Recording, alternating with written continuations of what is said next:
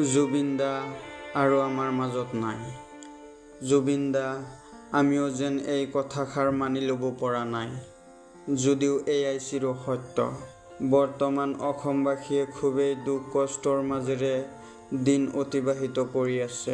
এইখিনি সময় অসমবাসীৰ বাবে এক দুখজনক মুহূৰ্ত। ইয়াৰ কাৰণ মাত্ৰ এটাই, আৰু সেই কাৰণটো হৈছে আমাৰ ঘৰৰ এজন সদস্য আজি হেৰুৱাই গৈছে। অসমৰ যুৱ প্ৰজন্মৰ এজন পথ প্ৰদৰ্শক আমি হেৰুৱাই পেলাইছোঁ। আৰু স্পষ্টভাৱে ক'বলৈ গ'লে আমাৰ সকলোৰে মৰমৰ হিয়াৰ আমঠু জুবিন গাৰ্গ আৰু আমাৰ মাজত নাই। অসমৰ লাখ লাখ হৃদয়ত যিজন গায়কে নিজৰ স্থান দখল কৰিছিল, সেইজন শিল্পী হামিং কিং জুবিন গাৰ্গ অলপতে আমাৰ পৰা বিদায় লৈছে। তেওঁৰ মৃত্যুৰ খবৰে বৰ্তমান সময়ত সকলোকে স্তম্ভিত কৰি তুলিছে। অসমৰ আকাশত ভাহিছে কান্দোনৰ ৰোল। কাৰণ তেওঁক বাদ দি যেন অসমীয়া জাতিয়ে পূৰ্ণতা বিচাৰি পোৱা নাই। সংগীতৰ মঞ্চটোৱেও যেন অপূৰ্ণতা অনুভৱ কৰিছে। আজি আমি জুবিন গাৰ্গৰ বিষয়ে আলোচনা কৰিম আৰু তেওঁৰ জীৱনৰ কিছুমান গুৰুত্বপূৰ্ণ মুহূৰ্তক আমি এই ভিডিঅ'টোৰ জৰিয়তে স্মৰণ কৰিম। মই জানো যে অসমৰ কোনো এজন ব্যক্তিয়েই জুবিন গাৰ্গৰ বিষয়ে নজনা নহয়, কিন্তু তথাপিও যেন তেওঁৰ বিষয়ে ক'বলৈ মন যায়।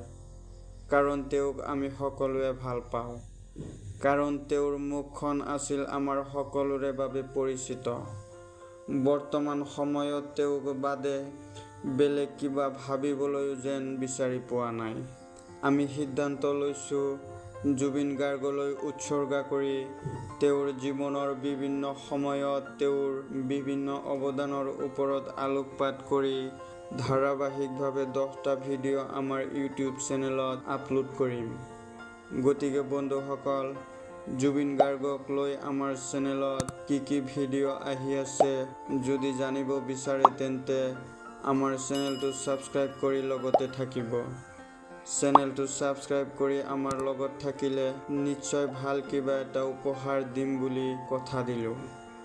1972 চনৰ 18 নৱেম্বৰত জন্মগ্ৰহণ কৰিছিল জুবিন গাৰ্গ। সৰুতে সংগীতৰ প্ৰতি তেওঁৰ আগ্ৰহ আছিল। তেওঁৰ দেউতাক এজন চাকৰিজীৱী আৰু মাক অভিনেত্ৰী আছিল। সেয়েহে সংগীত যেন তেওঁৰ তেজেৰে বৈ গৈছিল। 1992 চনত প্ৰথম সংগীত এলবাম অনামিকা মুক্তি পাইছিল।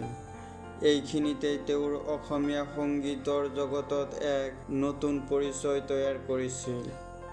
তাৰ পিছত তেওঁ আৰু পিছলৈ উভতি চোৱা নাছিল। এটাৰ পিছত এটা হিট গান অসমীয়া, বাংলা, হিন্দী আদি ভাষাত গানবোৰ ৰাইজৰ মাজত উপহাৰ দিছিল। তেওঁৰ গানে অসমীয়া সমাজত এক নতুন জাগৰণৰ সৃষ্টি কৰিছিল। জুবিন গাৰ্গে গোৱা বিখ্যাত গীত ইয়ালিয়ে কেৱল ভাৰতবৰ্ষতে নহয়, সমগ্ৰ বিশ্বতে তেওঁৰ অনুৰাগীৰ সংখ্যা বৃদ্ধি কৰিছিল। আজিও ইমান বছৰৰ পিছতো সেই গানটো সমানেই জনপ্ৰিয়। হাজাৰ হাজাৰ যুৱক যুৱতী এতিয়াও তেওঁৰ যাদুকৰী কণ্ঠৰ গীতত মুগ্ধ হৈ গীতবোৰ উপভোগ কৰে। তেওঁৰ গীতৰ অবিহনে আমাৰ প্ৰজন্মৰ শৈশৱ কল্পনাও কৰিব নোৱাৰি।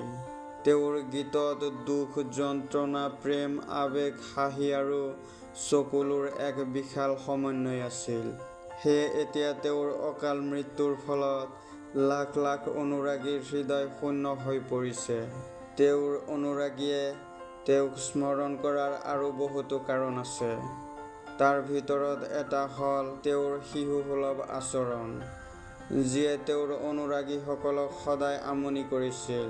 মানুহৰ লগত তেওঁৰ সদায় বন্ধুত্বপূৰ্ণ সম্পৰ্ক আছিল। তেওঁ সদায় নিজৰ সাধ্য অনুসৰি দুখীয়া মানুহৰ কাষত থাকিবলৈ চেষ্টা কৰিছিল। কঠিন সময়ত অসমৰ ৰাইজৰ কাষত কেৱল জুবিন গাৰ্গকহে মানুহে দেখা পাইছিল। মই ভাবোঁ তেওঁৰ মৃত্যুৰ পিছত এই প্ৰেমৰ মূল্য অসমৰ ৰাইজে পৰিশোধ কৰিছে। মৃত্যুৰ পিছত অসমৰ প্ৰতিজন ব্যক্তিৰ চকুত চকুলো বৈ গৈছিল। যাৰ লগত তেওঁৰ কোনোদিনে সম্পৰ্কই নাছিল, সেইজন মানুহেও তাৰ অৱদানক মনত পেলাই আৱেগেৰে আপ্লুত হৈছে আৰু সেই দৃশ্য এতিয়াও বিৰাজমান। প্ৰণাম জনাইছো জুবিন দা। এনে সৌভাগ্যৱান পৃথিৱীত কেইজন মানুহ হ'ব পাৰে? তেওঁক চিৰবিদায় দিবলৈ সকলো ধৰ্ম বৰ্ণ নিৰ্বিশেষে সকলো ওলাই আহিছিল ৰাজপথলৈ, শেষবাৰৰ বাবে তেওঁক শ্ৰদ্ধাঞ্জলি জনাবলৈ। ইয়াৰ পৰা স্পষ্ট যে তেওঁক সকলো ধৰ্মৰ লোকে সমানে ভাল পাইছিল। মৃত্যুৰ আগতেও তেওঁ কেতিয়াও কোনো সাম্প্ৰদায়িক বক্তব্য দিয়া নাছিল। তেওঁৰ স্পষ্ট কথা আছিল যে অসমত সকলো ধৰ্ম বৰ্ণৰ লোক একেলগে থাকিব। সেইবাবেই তেওঁৰ মৃত্যুৰ পিছত হিন্দু, মুছলমান, খ্ৰীষ্টান আদি অন্যান্য ধৰ্মাৱলম্বীৰ সকলোৱে মন্দিৰ, মছজিদ আদি ধৰ্মীয় স্থানসমূহত তেওঁৰ আত্মাৰ শান্তিৰ বাবে প্ৰাৰ্থনা কৰা দেখা গৈছিল, যিটো বৰ্তমান সময়ত সাধাৰণতে দেখা পোৱা নাযায়। এয়াই জুবিনৰ প্ৰতি মানুহৰ ভালপোৱাৰ বহিঃপ্ৰকাশ। জুবিনদাৰ জীৱনৰ পৰা আমি বহুতো শিকিবলগীয়া আছে। যদি আপুনি মানুহক ভাল পায় আৰু তেওঁলোকৰ সুখ দুখৰ ভাগ লয়, তেন্তে মানুহে নিশ্চয় মূল্য দিব। আৰু যিসকলে এই কথাষাৰ বিশ্বাস নকৰে, তেওঁলোকে বৰ্তমানৰ পৰিস্থিতিলৈ লক্ষ্য কৰিলেই স্পষ্ট হ'ব বুলি মই ভাবোঁ। জুবিনৰ মৃত্যুৰ পিছত অসমৰ পথে ঘাটে মানুহৰ এনে এক গণজোৱাৰৰ সৃষ্টি হৈছিল, যি ইয়াৰ আগতে অসমত কোনেও প্ৰত্যক্ষ কৰা নাছিল। আৰু এইটোৱেই বিশ্বৰ চতুৰ্থতম সৰ্ববৃহৎ জনসমাগমৰ স্বীকৃতি লাভ কৰিছে বুলি জানিব পৰা গৈছে। এজন ব্যক্তিৰ মৃত্যুৰ পিছত এনেকুৱা মানুহৰ ভিৰ ভাৰতত ইয়াৰ আগতে প্ৰত্যক্ষ কৰা নাই। আজিৰ দিনটোত অসমবাসীয়ে নিজৰ এজন সন্তান হেৰুৱাৰ অনুভৱ কৰিছে। গুৱাহাটীৰ বাটপথত, নগাঁও, শিৱসাগৰ, ডিব্ৰুগড় আদি সকলো ঠাইতে ভক্তসকলে ওলাই আহিছিল তেওঁক শেষবাৰৰ বাবে শ্ৰদ্ধাঞ্জলি জনাবলৈ। ছচিয়েল মিডিয়াত হাজাৰ হাজাৰ লোকে লিখিছে, জুবিন, তুমি আমাৰ বাবে মাত্ৰ এজন গায়কে নাছিলা, তুমি আমাৰ অক্সিজেনহে আছিলা। যেন আমাৰ উশাহ ল'বলৈ কষ্ট হৈছে।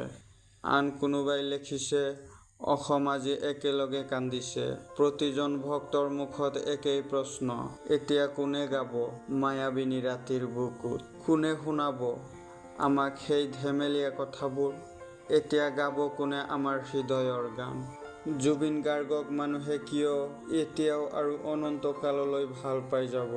কাৰণ তেওঁৰ গান কেৱল গানে নহয়, ই এটা অনুভৱ।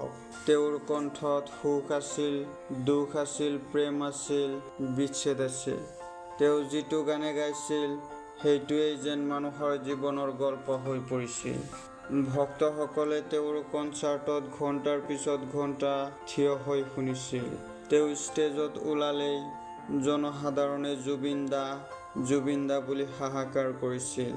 তেওঁৰ প্ৰতি সেই মায়া, সেই মৰমবোৰে তেওঁৰ মৃত্যুক অসমীয়া সংস্কৃতিৰ আটাইতকৈ গভীৰ ক্ষতি কৰি তুলিছে। তেওঁক অসমত rock star of the north east, humming king আদি বিভিন্ন উপাধিৰে তেওঁক স্মৰণ কৰিছে। অসমীয়া চলচ্চিত্ৰ জগত আৰু বলিউডতো তেওঁৰ নাম শুনিলে আজিও মানুহ উত্তেজিত হয়। তেওঁক বাদে অসমীয়া সংগীতৰ ইতিহাস কল্পনা কৰাও অসম্ভৱ।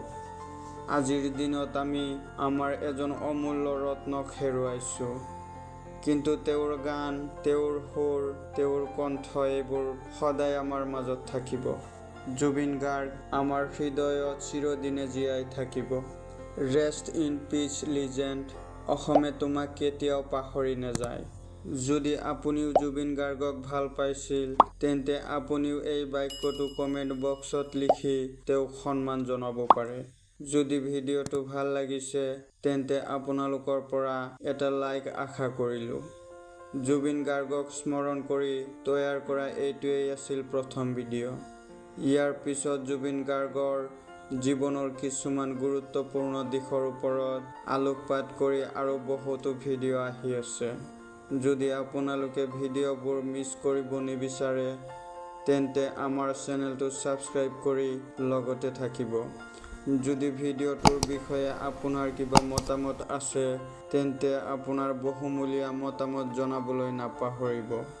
শেষত জুবিন দাক পুনৰ শ্ৰদ্ধা জনাই আজিৰ ভিডিঅ'টো মায়াবিনী গীতটিৰে সামৰিছোঁ। সকলোৱে ভালে থাকক, সুস্থ হৈ থাকক। ধন্যবাদ। জয় আই অসম।